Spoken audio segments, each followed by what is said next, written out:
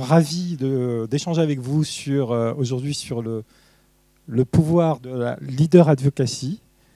Donc, bienvenue en salle Grenelle. C'est plus sympa la scène 7.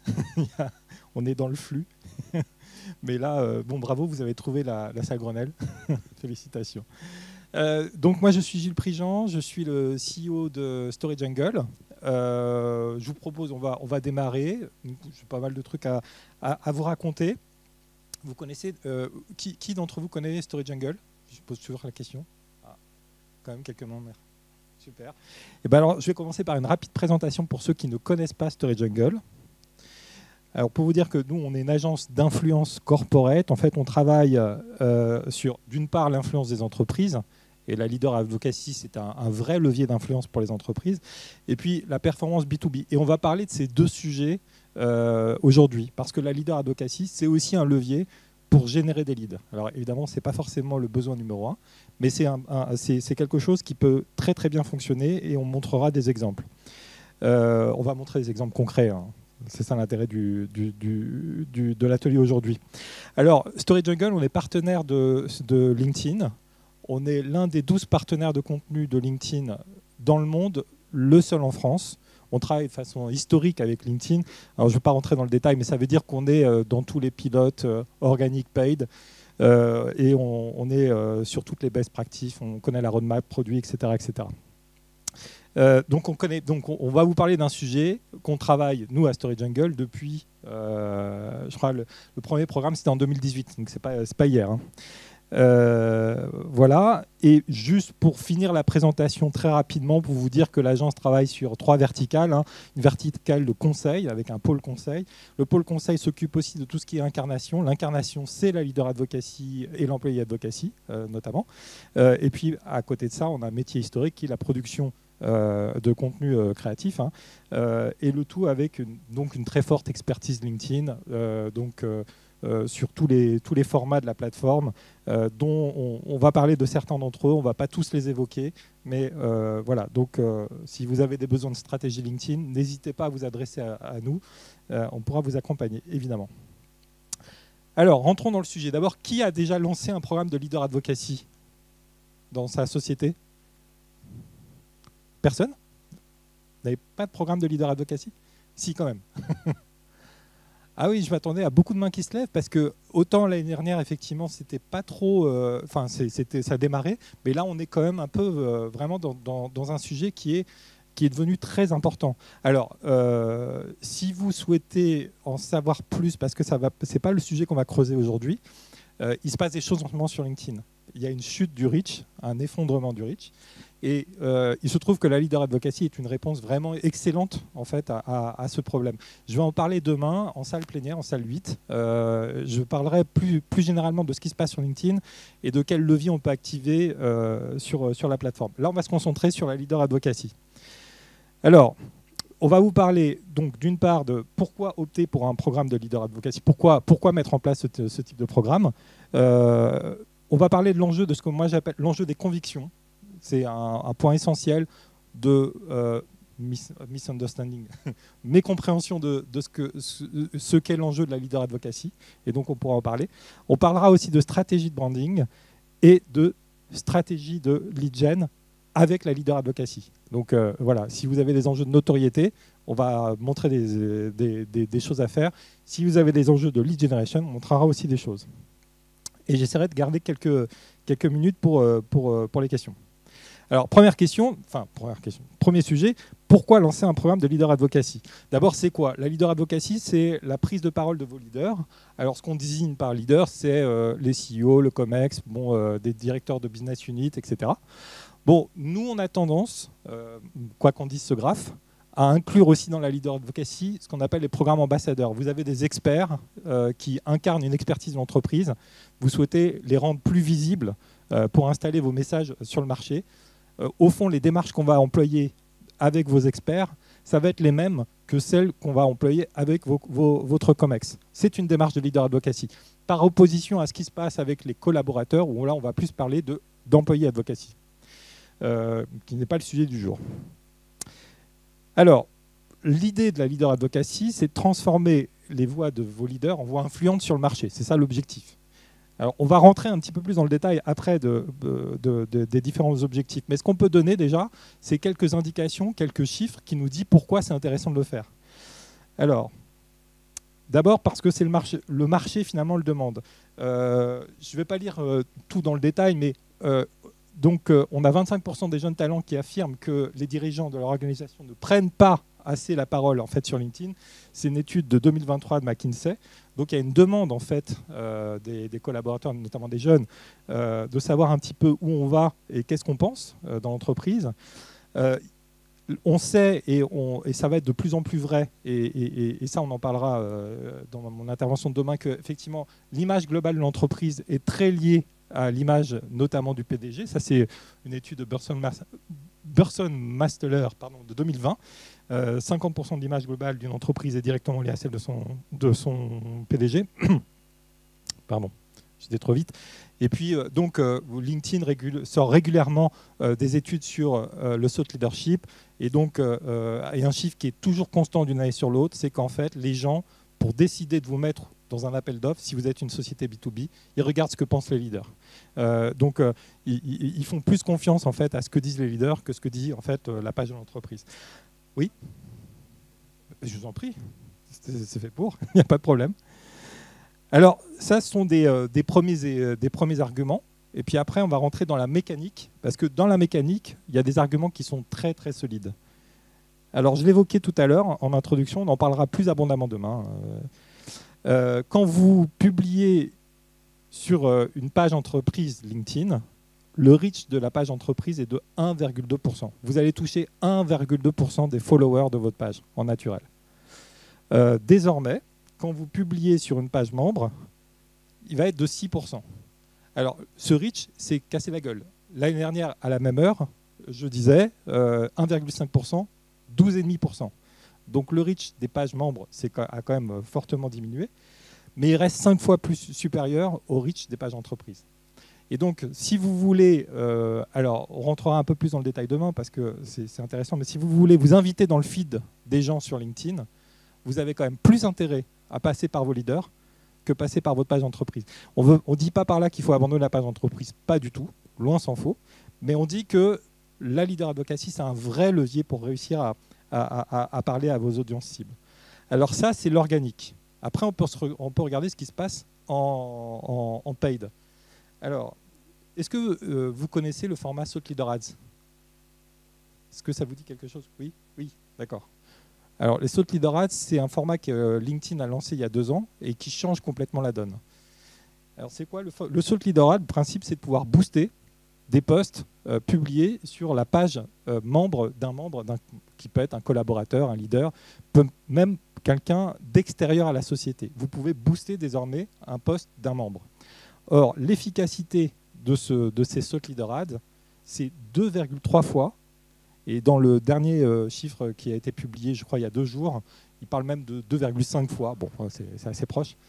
Nous, on observe entre 3 à 6 fois supérieur à ce qui se passe quand on booste un post sur une page entreprise. Pourquoi? Pour une raison simple. Les gens, ils veulent parler avec des gens. Ils ne veulent pas parler avec des logos. Donc quand vous voyez le post d'un membre, avec en plus une sponsorisation qui est quand même plutôt, vous l'avez sans doute souvent vu passer dans votre feed, mais peut-être vous ne l'avez pas vu. C'est très discret. Et ben, si le contenu vous intéresse, vous allez engager avec ce contenu, vous allez regarder la vidéo, vous allez la lire, vous allez cliquer sur voir plus ou des choses comme ça, voire même liker ou commenter. Et en fait, ces actions d'engagement, vous allez les faire beaucoup plus facilement et beaucoup plus naturellement si c'est un contenu porté par un membre plutôt qu'un contenu porté par une page. Donc il y a un vrai intérêt en fait, à utiliser les pages LinkedIn de vos membres pour pouvoir avoir plus d'impact en termes de reach, mais aussi en termes d'engagement. Donc en gros, que ce soit en organique ou que ce soit en paid, la leader advocacy gagne toujours. Voilà, le poste du membre gagne toujours. Donc c'est ne pas mettre en place de programme de leader advocacy, c'est se priver de canaux très efficaces pour atteindre vos cibles. Voilà, alors, ceci étant, qu'est-ce qu'on entend par mettre en place un programme de leader advocacy? En quoi ça consiste? pour nous, il y a un sujet qui est essentiel, c'est ce qu'on appelle en fait l'enjeu des convictions. Et globalement, on pense qu'il y a parfois une mécompréhension de ce qu'est vraiment l'enjeu de ce type de programme. Alors, je vais essayer de vous expliquer quelle est notre vue sur la question. Quand vous lancez un programme de leader advocacy, maintenant je vais rentrer un peu dans le détail de ce qu'on peut se fixer comme objectif. Vous pouvez très bien avoir comme objectif de doper la notoriété. Doper la notoriété de l'entreprise, si c'est une entreprise qui n'est pas encore connue, doper la notoriété d'un service proposé par l'entreprise.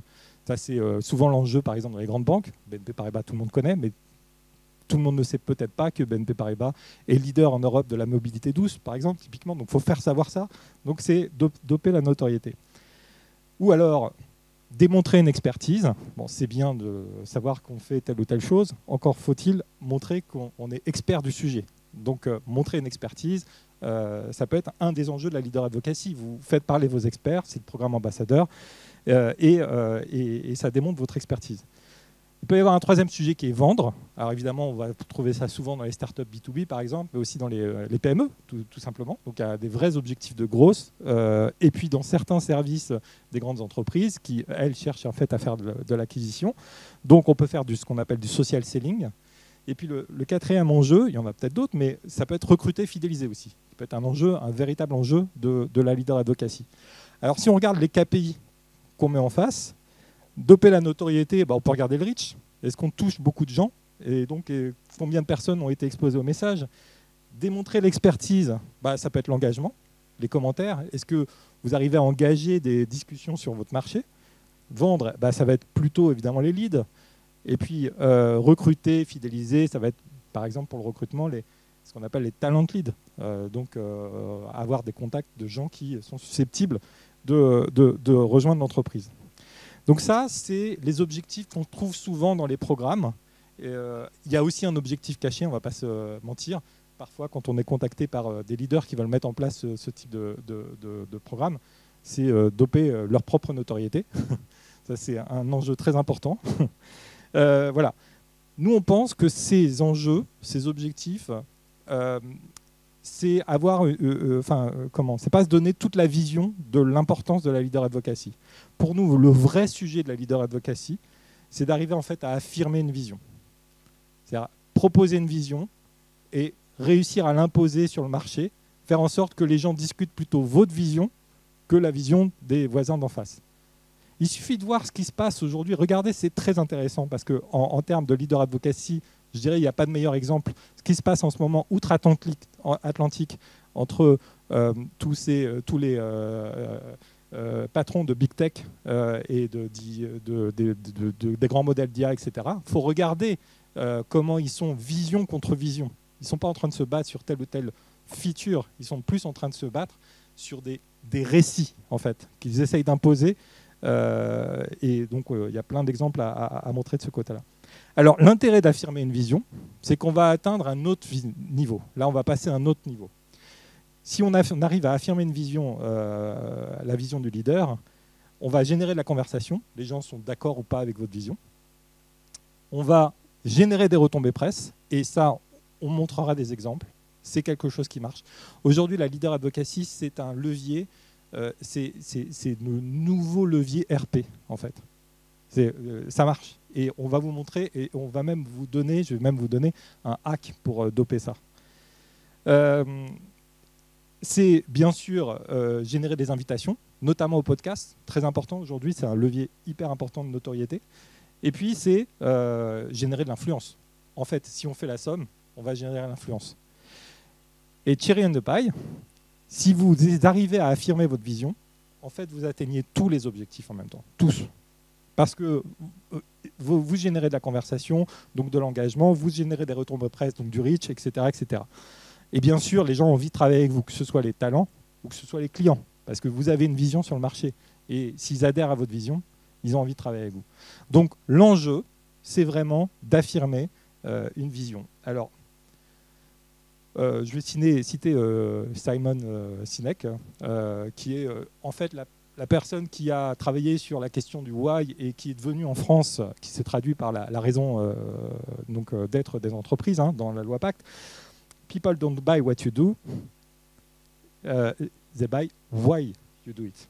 En fait, ce qui est très important, c'est... Alors, donc, il donne plein d'exemples. Lui, il a écrit des bouquins là-dessus. Apple, en fait, ne vend pas un produit qui fait ceci. Apple me vend une expérience, etc. Et en fait, quelque chose une expérience très cool.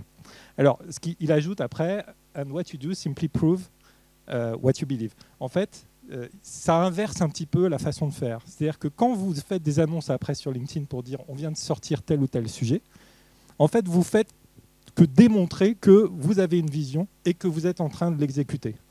Donc ça inverse un peu la charge. On a tendance, dans les programmes de leader advocacy, à beaucoup se focaliser sur bon, on doit dire telle ou telle news. Oui, mais si on ne met pas tout ça en perspective, il manque quelque chose, enfin un élément clé qui ne va pas permettre de déployer et d'obtenir en fait, tous les résultats qu'on peut obtenir avec la leader advocacy. Alors, nous on dit il s'agit de faire la trace. C'est ça qu'on dit. En fait, il faut être devant et il faut montrer le chemin et proposer un chemin que les autres n'ont pas encore vu. C'est comme ça qu'on essaie de le proposer. Mais ce n'est pas évident. Ce n'est pas simple de faire la trace. Alors, je vais donner en fait un exemple.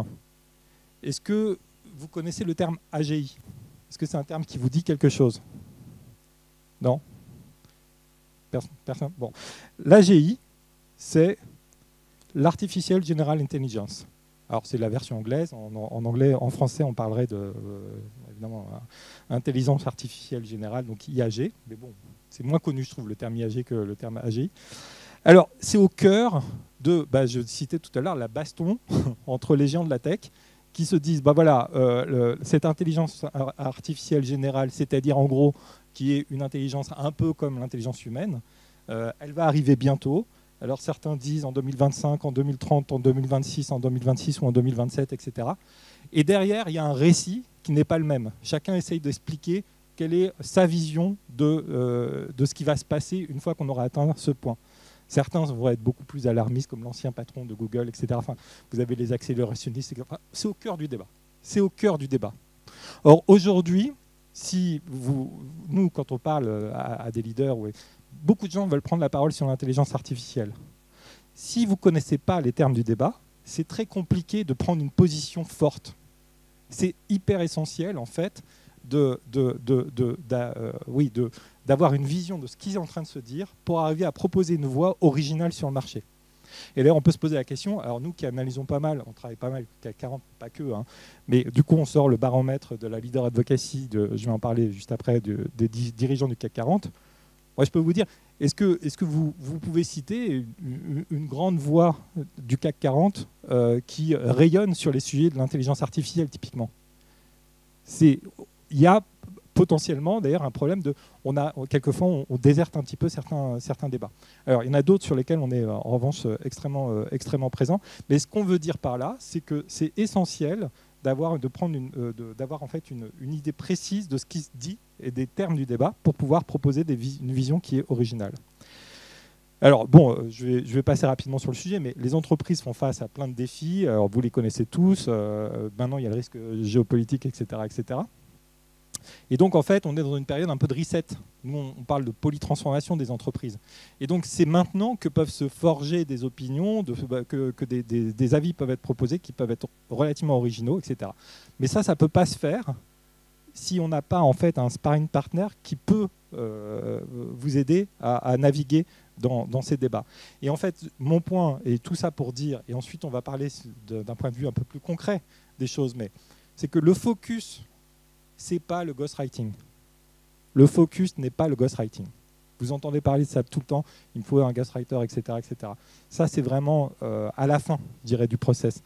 Ce qui est important, c'est de mettre en place une capacité à formuler des convictions et proposer des convictions qui vont emporter l'adhésion, qui vont générer du débat et qui vont faire émerger en fait, des communautés de gens avec lesquels vous allez pouvoir discuter et qui vont être des réels accélérateurs de business dans tous les sens pour l'entreprise.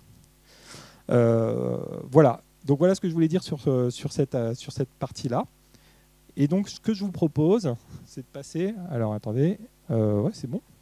je vous propose de passer maintenant à une partie un peu plus opérationnelle. J'ai dit tout à l'heure que la leader advocacy pouvait être un vrai levier à la fois pour installer votre notoriété ou donc en fait si on prend le funnel, donc la notoriété ou la considération. Donc on va parler un peu de ce haut de funnel et puis aussi sur la performance. On va parler de 2 étages. Parlons d'abord du branding. Alors les dirigeants ont une audience naturelle. On le constate systématiquement. Quand on regarde le CAC 40, oui, donc là, je dois... Oui, non, c'est après, je pense, mais c'est pas grave. Si on regarde les dirigeants du CAC 40, chacun de leurs postes, en moyenne, fait 433 réactions. C'est beaucoup, 433. Hein. Moi, j'adorerais en avoir 433 sous chacun de mes postes. Bon, alors après, quand on regarde un peu dans le détail, il y a beaucoup d'internes. Donc, il y a un vrai sujet. Et puis, il y a aussi un volume de commentaires qui est très, très différent des volumes de commentaires des gens qui génèrent ce niveau de réaction. Les PDG, c'est plus. C'est 4 fois plus. Et c'est un chiffre LinkedIn. Et nous, on le constate dans le baromètre de la leader advocacy des dirigeants du CAC 40. On retrouve quasiment ce chiffre de 4 fois plus. Donc 1356 engagements en moyenne pour les postes des 26 PDG du CAC 40. Et c'est plus que les 1196 en moyenne des top 20 influenceurs en France. Influenceurs LinkedIn, évidemment. Donc ça veut dire qu'il y a une vraie capacité en fait, à faire rayonner les messages. Après, d'ailleurs, on pourrait rentrer dans le détail. Il y a des possibilités, des stratégies de parole rares qui peuvent faire s'envoler en fait, ce volume de likes. Voilà. Mais néanmoins, pour réussir à craquer le problème de l'engagement, qui est souvent le sujet qu'on voit, nous, au sein des dirigeants du CAC 40, et qu'on voit ailleurs, hein, qu'on voit un peu partout, à tous ceux qui veulent prendre la parole sur LinkedIn, on revient toujours au problème des convictions et de la proposition de réflexion originale. Il faut bosser, en fait. Il faut bosser pour avoir effectivement généré en fait, des discussions.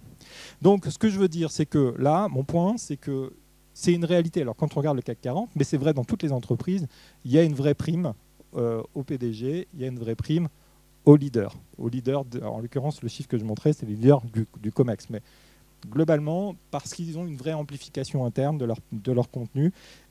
Et donc, ils ont la capacité à présenter des contenus qui, eux, ensuite, peuvent générer de l'engagement vis-à-vis de l'externe. Alors, regardons maintenant concrètement ce qu'ils font. Donc, on est toujours dans le branding. On va regarder un petit peu quelles sont les pratiques que ces dirigeants mettent en place. Alors, d'abord, on voit de plus en plus, ils prennent des risques. Alors, par exemple, dans le secteur de la distribution, c'est tout petit, on ne voit pas bien. Par solidarité avec le monde agricole, Carrefour prend l'engagement de ne commercialiser aucune viande en provenance du Mercosur. Je ne sais pas si vous vous rappelez, il n'y a pas très longtemps, il y a quelques mois, au moment de l'établissement du Mercosur, les agriculteurs n'étaient pas contents du tout. Donc, il y avait une prise de décision de Alexandre Bompard, PDG de Carrefour, qui a été annoncée sur LinkedIn. Pareil, alors dans le secteur de la distribution, encore une fois, le président du groupement Muscoter qui effectivement réagit donc aux états généraux que voulait mettre en place Macron, enfin bon bref, dans le secteur. Donc le secteur de la distribution, je vous invite à regarder ce qui se passe parce qu'ils sont quand même pas mal en avance. Pourquoi ? Parce qu'ils font face à des sujets sociétaux forts comme évidemment le pouvoir d'achat et d'autres sujets. Donc ça y va fort. Regardez aussi Leclerc, les postes de Leclerc typiquement, qui participent quand même à des débats qui sont quasiment des débats politiques. Mais globalement, c'est le secteur qui est quand même pas mal en avance pour réussir à proposer des approches assez fortes. Enfin, en tout cas, des contenus qui font réagir et dans lesquels il y a des vraies convictions qui sont proposées. Alors, de plus en plus, on voit des dirigeants qui aussi montrent un petit peu, alors je dis mouille le maillot, mais en fait, qui montrent surtout des choses personnelles. Alors, c'est pas une obligation, mais c'est pas mal quand même. Alors là, en l'occurrence, c'est donc Christelle Edman, qui est la PDG d'Orange, qui raconte qu'effectivement, petite, elle n'avait jamais pensé pouvoir porter la flamme, etc. Elle donne des anecdotes sur sa vie personnelle.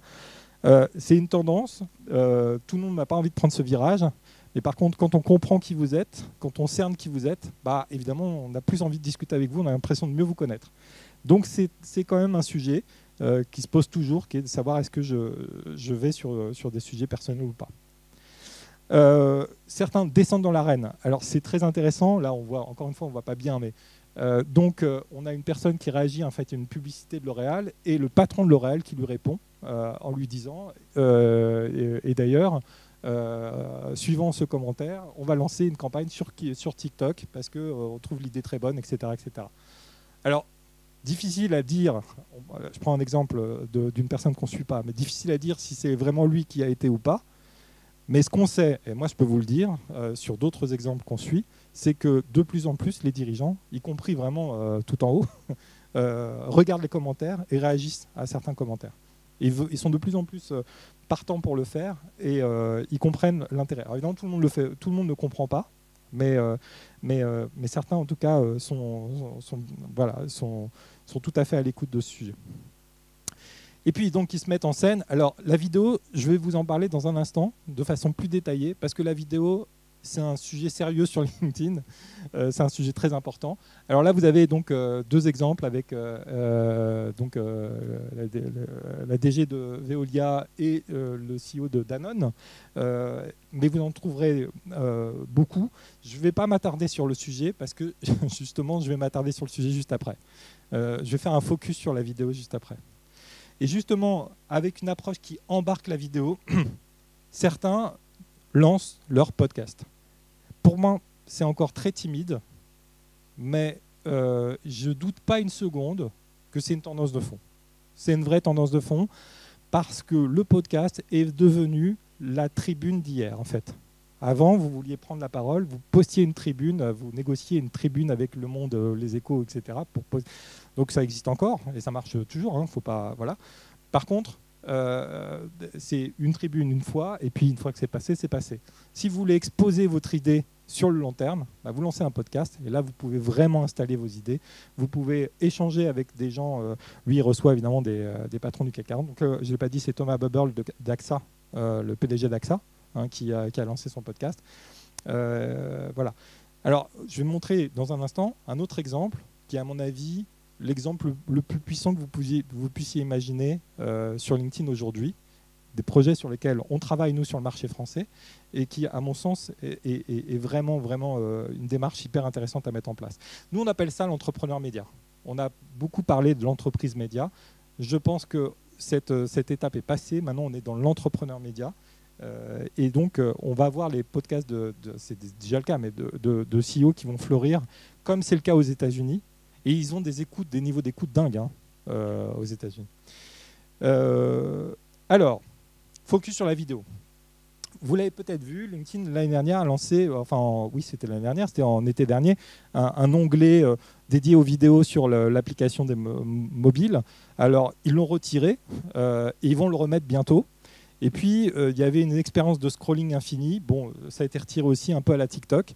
Bon, ils vont revenir avec d'autres expériences. Mais toujours est-il qu'aujourd'hui, la vidéo est présentée, est vraiment conçue pour être vue de façon vraiment fluide, avec une vraie expérience de lecture sur le portable.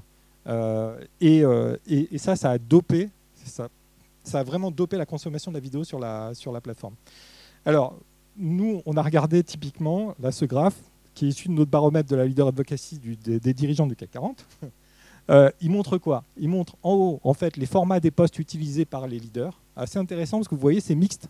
Vous avez des textes, texte seul, pas mal, hein, des mosaïques de photos, beaucoup. Je suis en déplacement, je prends des photos, enfin les gens ou quelqu'un de mon équipe prend des photos et ça marche très bien sur LinkedIn. Donc voilà. Et donc des vidéos. Et puis des liens. Alors les liens, faut pas le faire, hein, ça sous-cartonne, vous êtes pénalisé. Par contre, ce qu'on voit, c'est que globalement, il y a une vraie prime à l'engagement. En tout, le deuxième étage, c'est l'engagement. Il y a une vraie prime à l'engagement sur les vidéos. 16% de vidéos publiées, qui représentent 23% des engagements totaux. Donc il y a une vraie prime à la vidéo. Donc on le voyait déjà dans les chiffres sur 2024. Et vu tous les efforts, alors on a une newsletter qui s'appelle Dans la jungle de LinkedIn. On raconte toutes les semaines, enfin toutes les 2 semaines, parce qu'il n'y a pas tant d'actualité que ça, ce qui se passe sur la plateforme. Vraiment, l'investissement est massif sur le format vidéo. Et donc nous, on pense qu'en 2025, on va avoir encore cet écart, ce rapport de levier en fait entre portion de publication et portion de l'engagement qui va encore augmenter. Vraiment, LinkedIn travaille assidûment sur ce sujet. Oui.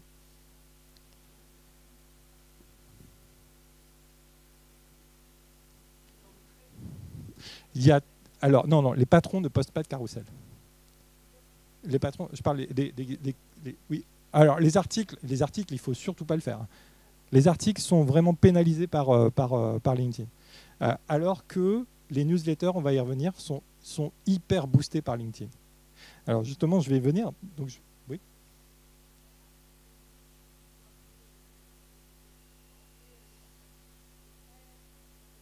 Oui. Le lien, la façon de publier les liens d'ailleurs sur LinkedIn a changé. Maintenant, le lien est tout petit, donc il est beaucoup moins visible. Et de toute façon, il est pénalisé. Pourquoi? Parce que vous sortez de la plateforme. Donc LinkedIn n'aime pas que vous sortiez de la plateforme. Mais tous les réseaux sociaux font ça. Et LinkedIn a commencé vraiment à le faire l'année dernière. On le voit, il y a une vraie pénalité effectivement sur le lien.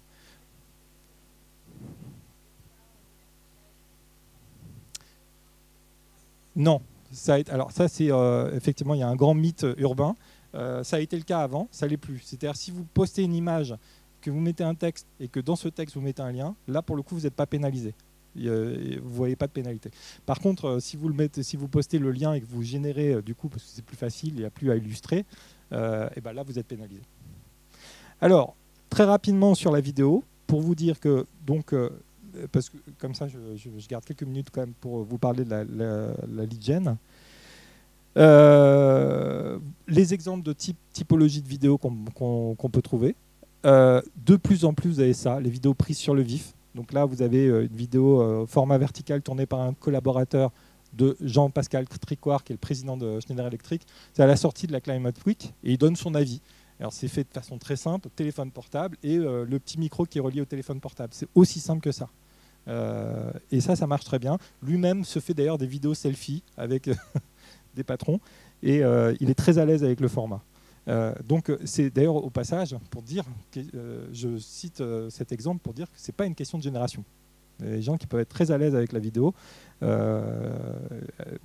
qui n'ont pas 20 ans. Hein. Vous avez l'ancien patron de Google Europe, ce qui ne l'est plus maintenant, qui lui avait une autre technique qui était pas mal du tout et qui continue à faire, mais ailleurs. En fait, il tourne en 1 heure, il allait dans les bureaux de Google, donc le patron de Google Europe.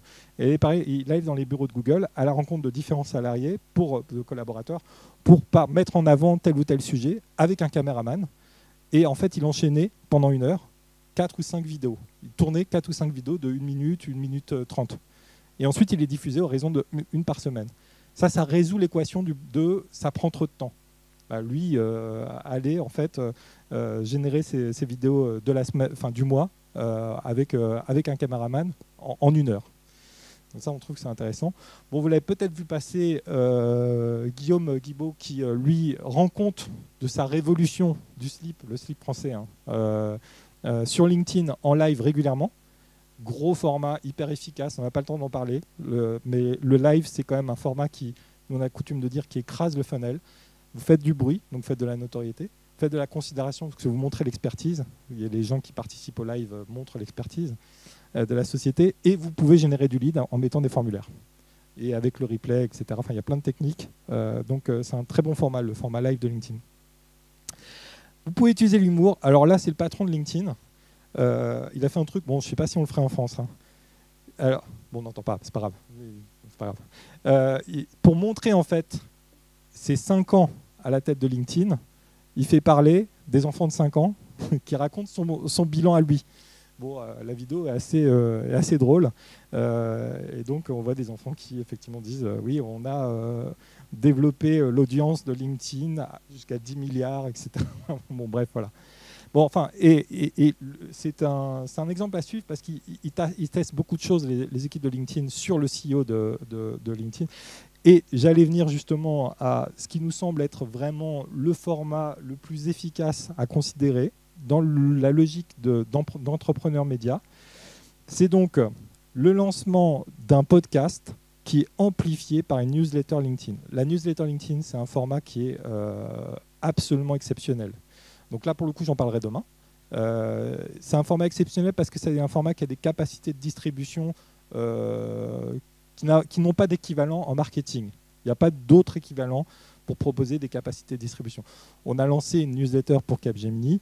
En mai, en juin, ils avaient 2,5 millions d'abonnés. Donc c'est colossal. Ah, voilà. Voilà, c'est le rapport investissement et efficacité de distribution est dingue. Alors lui, il le porte sur sa propre page. Bon, il a 200 000 abonnés, donc évidemment ça aide. Mais la distribution sur la page d'un membre est aussi efficace, voire plus, que sur la page d'une entreprise. Et ce qu'il fait, c'est qu'il lance donc un podcast qui s'appelle The Pass, qu'il publie via une newsletter LinkedIn. Donc il se garantit que ça a un niveau de distribution vraiment hyper efficace. Et il va extraire des vidéos verticales qu'il va publier dans le feed et qui va éventuellement pousser avec les thought leader ads. Et donc là, on est sur tous les canaux de LinkedIn, on est sur la newsletter, on est sur la vidéo verticale et on est sur la vidéo. Oui, pardon, je l'ai déjà dit. Bon, enfin bon, voilà. Donc ça, c'est un exemple vraiment à suivre et très intéressant si vous souhaitez mettre en place une stratégie efficace de leader advocacy. Évidemment, ça demande un peu d'investissement. Alors, juste un mot pour vous dire que les vidéos, on est sur le focus vidéo, marchent très très bien quand elles sont amplifiées par les thought leader ads. Je montre un exemple. Voici un exemple d'une combinaison justement de thought leader ads et de vidéos verticales. Alors, on publie la vidéo, on a une audience organique. Ensuite, on va la pousser avec les thought leader ads. On voit que l'audience monte. Et en fait, à un moment, via les outils de distribution désormais de LinkedIn, alors au moment où on a fait ça, il y avait encore l'onglet vidéo dans l'application, la vidéo part en viralité. Et puis après, elle vit sa vie, elle va diminuer. Mais en fait, cette histoire de viralité, on va la retrouver beaucoup sur les formats vidéo. Donc tout ça pour vous dire, ça marche. Et pourquoi c'est intéressant ? C'est intéressant parce que aussi, ces thought leader ads, alors je crois que c'est je reviens sur les thought leader ads, peuvent vous permettre de cibler les journalistes et les hosts de podcasts, typiquement. Et donc là, vous voyez, typique. Alors ça, c'est un leader qu'on suit, c'est Adrien Corré, c'est patron de AEMA. AEMA, c'est donc Massif, Abeille Assurance, etc. AEMA est actionnaire de Total. Il n'était pas tout à fait content des décisions que Total prenait lors de son assemblée. Il a fait un post LinkedIn qu'on a poussé vers des journalistes. Et le lendemain, chez BFM TV. Et en fait, ce qui se passe, c'est que quand vous êtes invité dans des médias, si vous êtes bon, bah après vous êtes réinvité. Les médias sont très paresseux. Donc ils vont voir un bon client, ils vont le réinviter. Donc tout ça pour vous dire que le thought leader ad peut vous permettre de donner de l'audience à vos leaders, mais surtout aller chercher des audiences tactiques, voire même stratégiques, et donc obtenir notamment des retombées médias. Voilà ce que je pouvais dire pour le branding, et je vais finir avec juste un exemple de ce qu'on peut faire sur la lead generation, et après je prendrai les questions si on ne se fait pas virer, mais ça va. Donc sur la lead, en fait, la lead generation, en fait, avec les thought leader ads, on peut vraiment, et avec la leader advocacy, mettre en place un plan de génération de leads. Moi, je vais vous donner un exemple, on n'est jamais mieux servi que par soi-même, de ce qu'on a fait lors de la publication du baromètre de la leader advocacy des dirigeants du CAC 40. C'était donc en février. C'était en mars, pardon. Alors, en fait, on a publié un classement des top dirigeants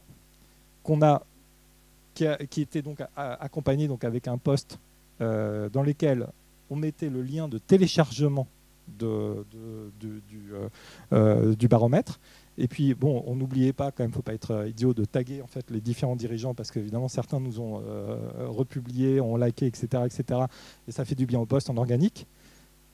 Et en fait, ce lien donc, menait évidemment au formulaire de téléchargement. Pardon. Et alors là, c'est écrit, c'est vraiment tout en tout petit. Mais ce que vous voyez, alors vous n'êtes peut-être pas habitué, en fait, si vous ne faites pas de campagne LinkedIn, vous n'allez pas pouvoir le lire, mais le CTR est très élevé, le pourcentage, en fait, enfin, un CTR, un bon CTR, c'est 1%. Là, on est à 8%. C'est ce que je vous disais tout à l'heure. C'est-à-dire qu'en fait, c'est hyper efficace, les Thought Leader Ads, comparé en fait, à ce qui se passe sur l'amplification des pages LinkedIn. Et globalement, ça nous a permis de générer en fait, 30 leads avec une campagne qui nous a permis en fait, d'obtenir des leads à 8 €. Voilà. Alors bon, je ne sais pas si vous êtes habitué en fait, au coût sur LinkedIn, mais en général, quand vous faites une évaluation sur LinkedIn, souvent le coût du lead il ressort entre 50 et 100 €. Voilà, c'est pour vous donner une ordre d'idée. Et il n'est pas anormal qu'il soit à 150. Ça peut arriver. Tout le travail, c'est de le faire descendre et de mettre une pression sur le coût du lead. Et ça, on sait bien faire. Mais globalement, voilà, on arrive à des coûts qui sont vraiment imbattables.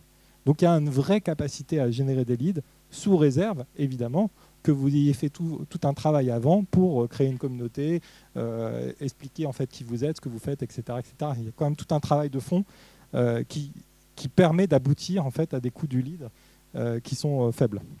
Bon, et globalement, évidemment, quand on en fait un, on en fait plein. Et là, je vous ai donné juste l'exemple sur effectivement une campagne, mais globalement, on a eu évidemment des centaines d'engagements, des dizaines de leads qualifiés via ce canal. Et au total, en fait, ce n'est pas des dizaines, c'est plutôt en centaines de leads que ça se compte sur la campagne, mais qui a duré un certain temps. Mais là, je vais vous montrer en fait un exemple. Donc tout ça pour vous dire que effectivement, grâce au Thought Leader Ad, en tout cas la Leader Advocacy peut être un super... Parce qu'en plus, ce qu'on n'a pas dit, c'est que les Thought Leader Ad vous permettent de cibler les gens qui vous intéressent réellement. Voilà. Donc ça peut être un vrai levier d'acquisition de leads. Alors voilà ce que je voulais vous dire. Et je peux répondre à vos questions si vous en avez. Mais je crois qu'on a fini. Ouais. Ah, 20 minutes, carrément. Ah, 10 minutes, 10 minutes. Allez, peut-être une ou deux questions si vous en avez. Oui. Oui.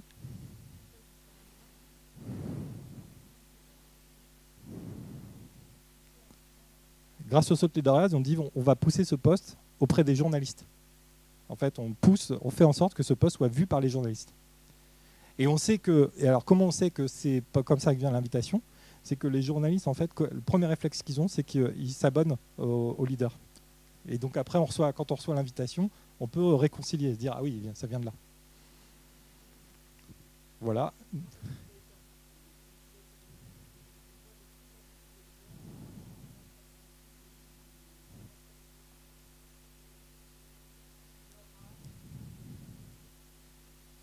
Alors, on peut avoir. Alors, ça dépend des leaders. Typiquement, si vous êtes dans l'univers grand public, luxe, etc.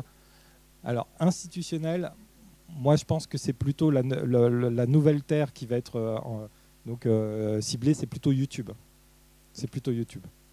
Ah oui. Non, mais ce que je veux dire, c'est que les décideurs, typiquement, s'ils lancent leur podcast, ils vont faire un podcast vidéo et ils vont vouloir investir YouTube. Et pour plein de raisons, la qualité aussi des discussions sur YouTube est vraiment au niveau, etc. Moi, je crois plus en YouTube en second canal qu'en Instagram. Instagram, c'est plus vraiment si vous avez des enjeux B2C. Là, pour le coup, oui, évidemment, toutes les marques B2C ont intérêt à aller sur Instagram. Voilà, bon, moi, je pense qu'on a un peu débordé, donc moi, je suis à votre disposition pour discuter si vous le souhaitez. Mais on va rendre l'antenne. Merci beaucoup.